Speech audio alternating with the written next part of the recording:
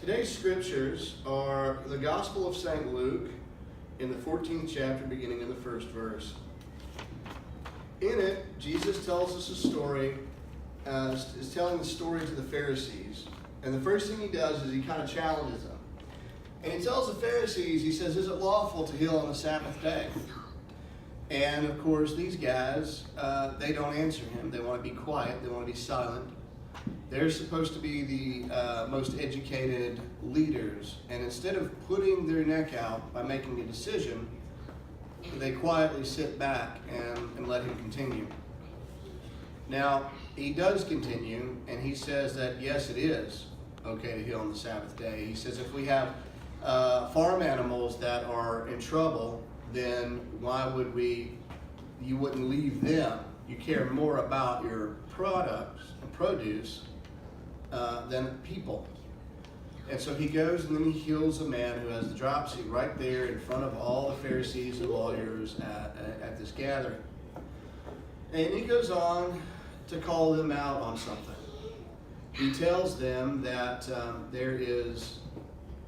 that they go and look for, when they come to a wedding, these guys are the ones who go sit in highest seats.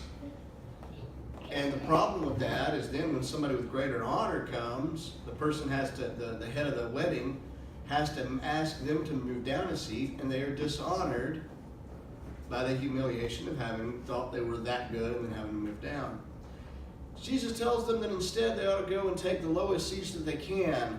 And then when the person that they're visiting or the event that they're going to sees that a Pharisee is sitting in a lower seat, they will move them up. So now our epistle reading, let me give you a little taste of the epistle reading. It says there is one body, and one, St. Paul to the Ephesians, again, chapter 4, verse 1.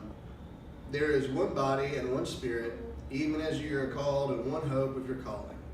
One Lord, one faith, one baptism, one God and Father of all, who is above all and through all and in you all.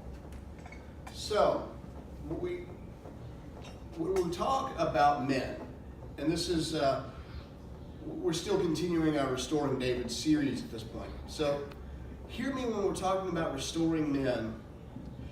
Men tend to be conquerors. We like to be very action-oriented, accomplishment-oriented creatures. We may want to break things, but we want to break it really good. We want to conquer things. We want to conquer it really good. We want to kick down the gates. We want to take on the challenges. We want to be the guys going after the goal, whatever that goal may be. We like to dig in and go after it because those goals are part of how we establish our identities as men. But let me explain something to you about a godly man, about those who would be David's. Now, David was definitely a man who went out and conquered. But David didn't just go out and take on whatever challenges he saw.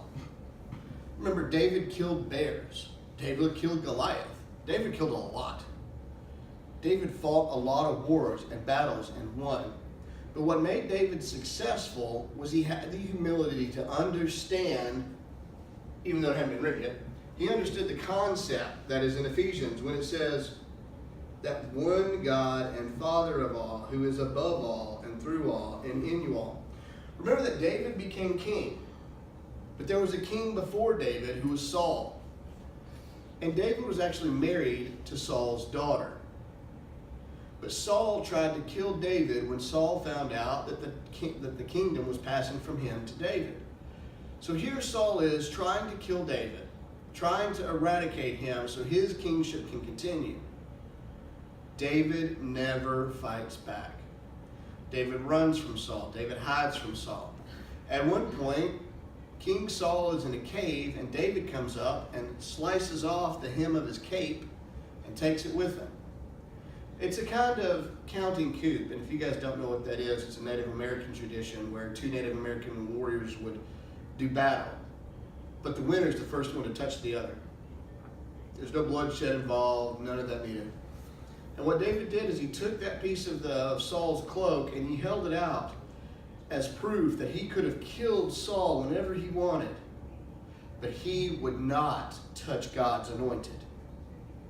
He left it in God's hand. He humbly took the role of a vagabond warrior over a throne because he was letting God do God's work in God's time.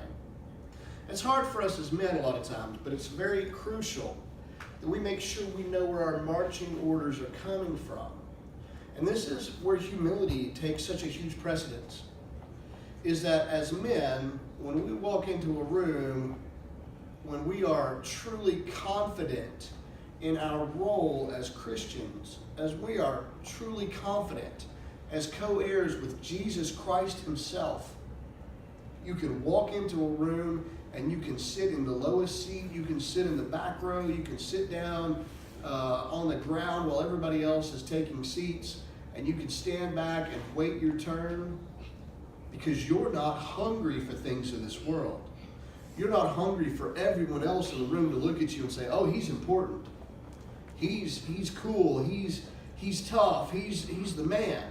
That's the guy who gets done right there. You don't worry about that because you are the one that God uses to get it done.